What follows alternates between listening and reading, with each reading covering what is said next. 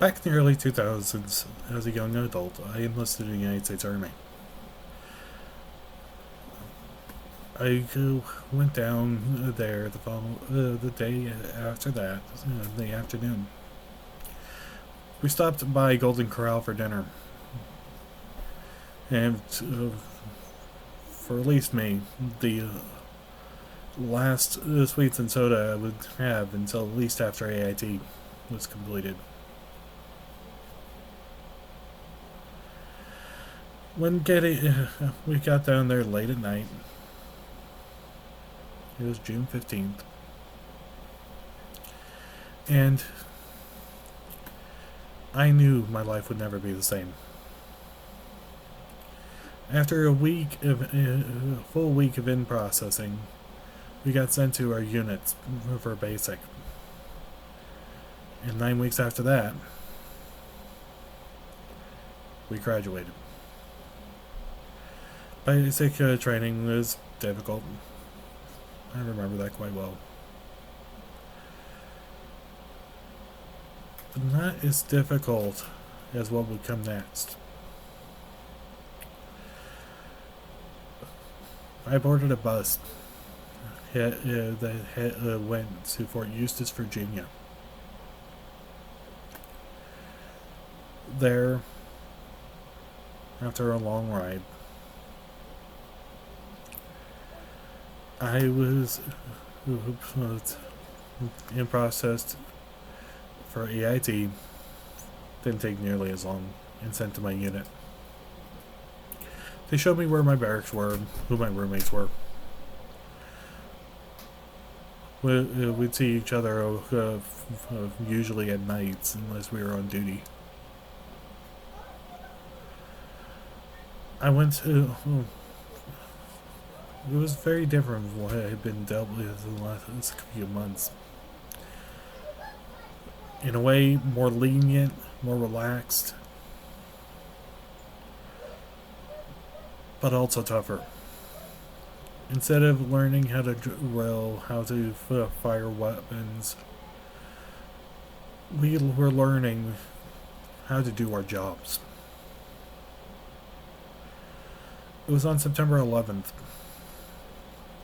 that we heard about the first plane crashing into the World Trade Center. At the time, we had no clue what was going on. Thought it was just a malfunction. At least until the second one did it. Then we knew it was on purpose. But we didn't know what was going on.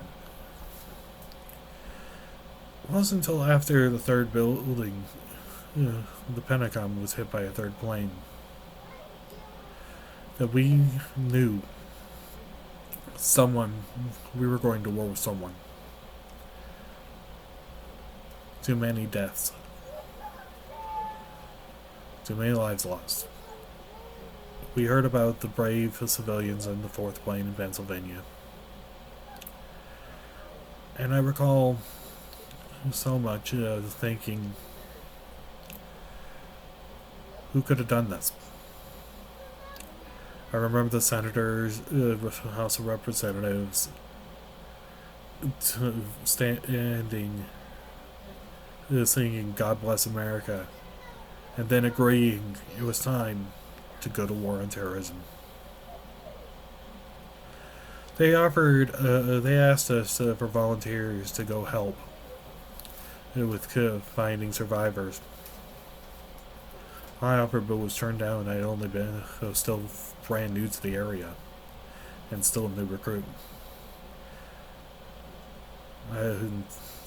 They knew I wouldn't be needed for combat readiness.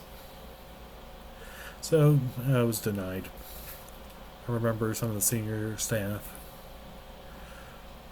recruits who were just getting ready to graduate and become official soldiers. Me, I stayed, continued learning, 15 weeks.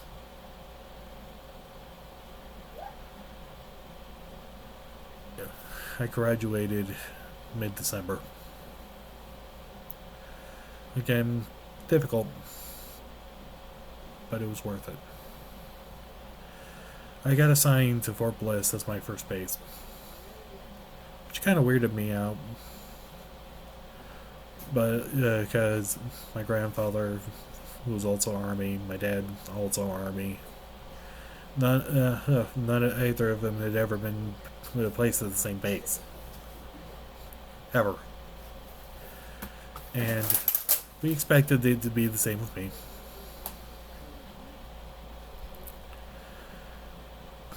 But it wasn't the case this time. When I was only 12, we were assigned. Dad was assigned to Fort Bliss to work on helicopters in Biggs Army Airfield. We ended after 3 weeks. We got told we were going to Fort Irwin, California for desert training. Part of me was excited. My best friend, who had enlisted a few weeks before I had, ended up going to Fort Irwin as his regular base. He'd graduated early and was able to go. I hadn't.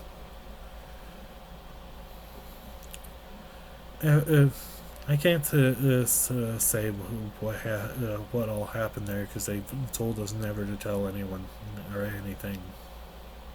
Top secret, you know. But it was a long and rough 3 weeks of hard training. When we got back, we found out we were going to be sent overseas to Afghanistan. I got permission to take a couple of weeks leave. I had to build up the time. Some time. I took a week in Idaho with my grandparents, and another week with my sister and parents in Fayetteville, North Carolina, near Fort Bragg.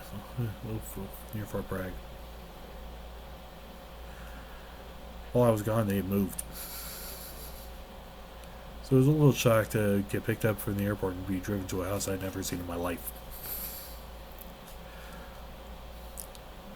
But after a nice visit and meeting my sister's boyfriend, I came back to base and started getting ready to go. Making sure that my stuff was packed up. I hadn't gone around to buying a car yet.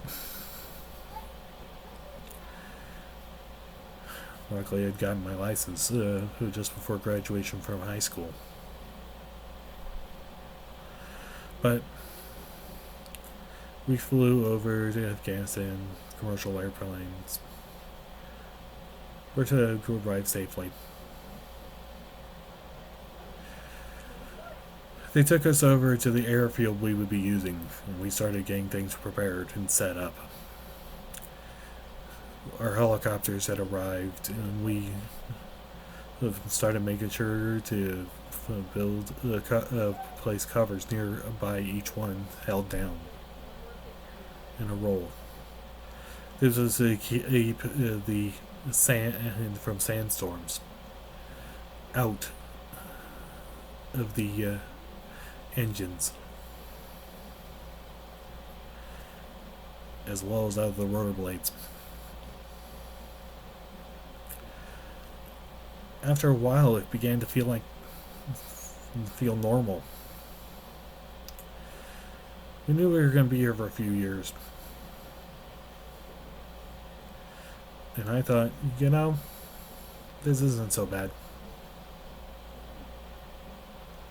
Well, one day we were out off base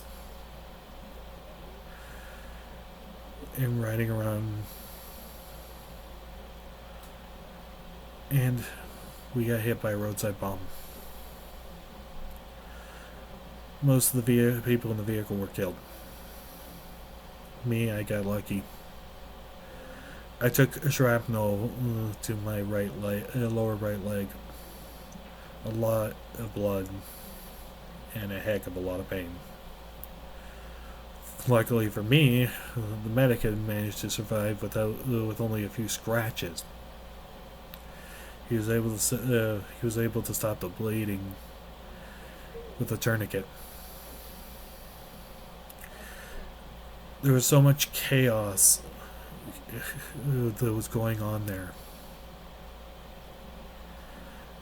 that they were having trouble trying to get an ambulance through to get me, as well as the others who were involved. Like I said, the medic took some scratches, so he too would end up running in the ambulance, but he actually walked out of the treatment center the same day.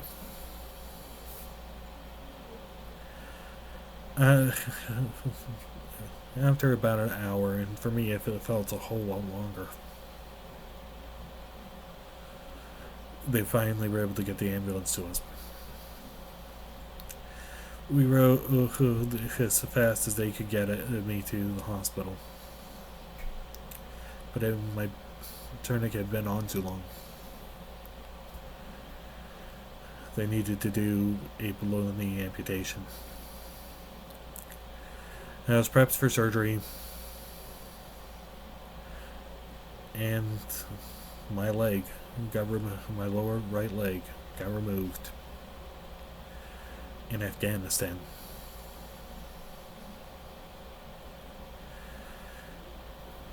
I couldn't believe I was going to be medically discharged after only 15 months being in the service.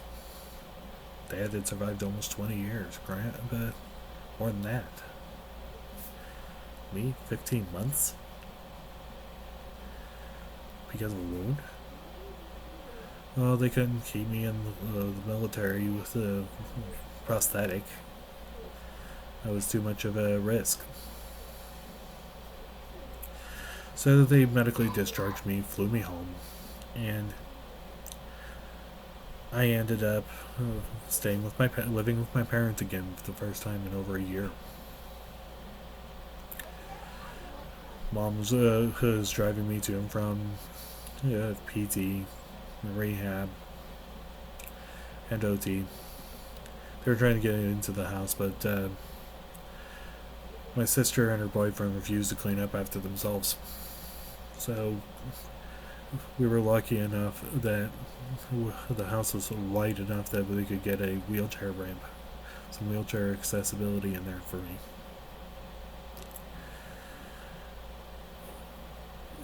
A couple weeks later, we got some more bad news. My dad had been diagnosed with cancer. I remember picking him up that day. He didn't sound like himself. My sister was with her boyfriend home. We had another friend keeping an eye on them because we were supposed to be playing D&D that night. Well, and since I had to be picked up from PT just around the same time Dad had to be picked up from work, I went with him to work. In the back of our van was my wheelchair. They were still working on setting up my artificial leg. Well, he didn't sound like himself, and according to his unit, he had been forgetting things that he knew. How to use the computer, various words for helicopter parts for a helicopter he'd been working on for near 20 years. We took him over to the hospital. Immediately, the charge nurse looked at me and asked what I needed this time. My mom said it's not for him. It's for my husband. Well, I know your son's a vet, but your husband needs to be a vet or active duty before he can be seen at this hospital. I said he's been doing Blackhawks for almost 20 years. So yeah, he's active duty and he's not acting right. Dad, who hated Roseanne, was watching Roseanne smiling at it. Another clue that something was going on. She was confused on why we were trying to commit a guy who was perfectly normal. Well, finally they accepted it and pulled him back. They had some imaging done and found out that there was definitely something going on. He had had a stat MRI. They found some multiple tumors growing in his brain. He was scheduled for surgery the next day. We would find out a few days later. I was at home alone when I got a call saying that he was missing an appointment for an MRI he had scheduled the week before I came home. But after he had gotten home and after I had had time to complete PT, OT, and get as far as I could, I stayed at home for a while, but after a while, I wanted to do something with my life. Yeah, I got disability checks, but my upper body was perfectly fine. My left leg was perfectly fine. I exercised if I take a walk, so I couldn't run too much. Not anymore. Well, I signed up, used one of my disability checks, took the SATs. I did okay enough, at least well enough that when I applied for the University of Washington, I got accepted.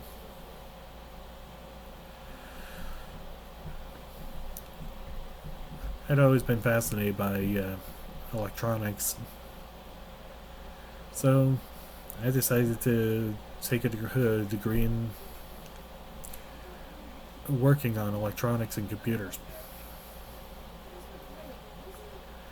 One day, I decided to explore, so I went and explored, got up to Alderwood Mall,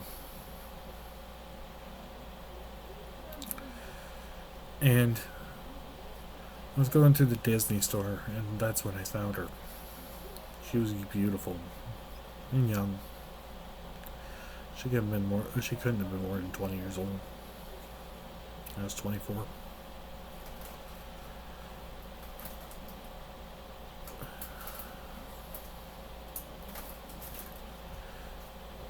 I'm sorry, 22.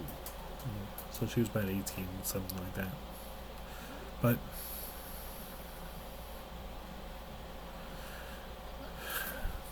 I saw her every time I went into that store. So I feel like I was kind of stalking her. It took a few more times to work up the courage to ask her out. To my surprise, she said yes.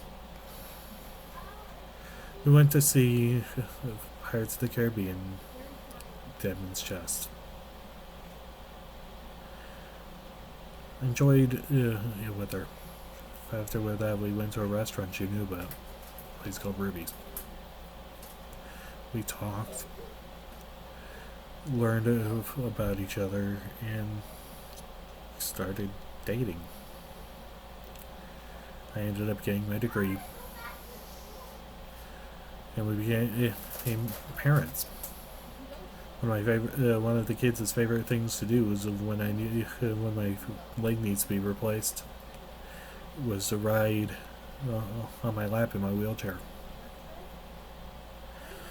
That worked until they were about 7, 8. That was 17 years ago. Now we live in a nice house.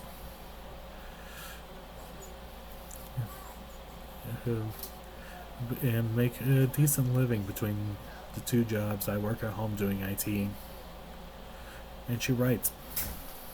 Between our paychecks and my disability checks, we've made a fine living over the last 17 years.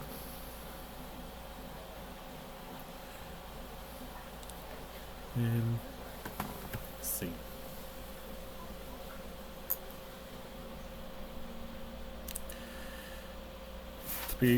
Just to let you know, yeah, I was in the military. I actually only made it through basic. I ended up getting discharged because I couldn't run. I ended up leaving actually about a month and a half after the story says I got home from losing my leg.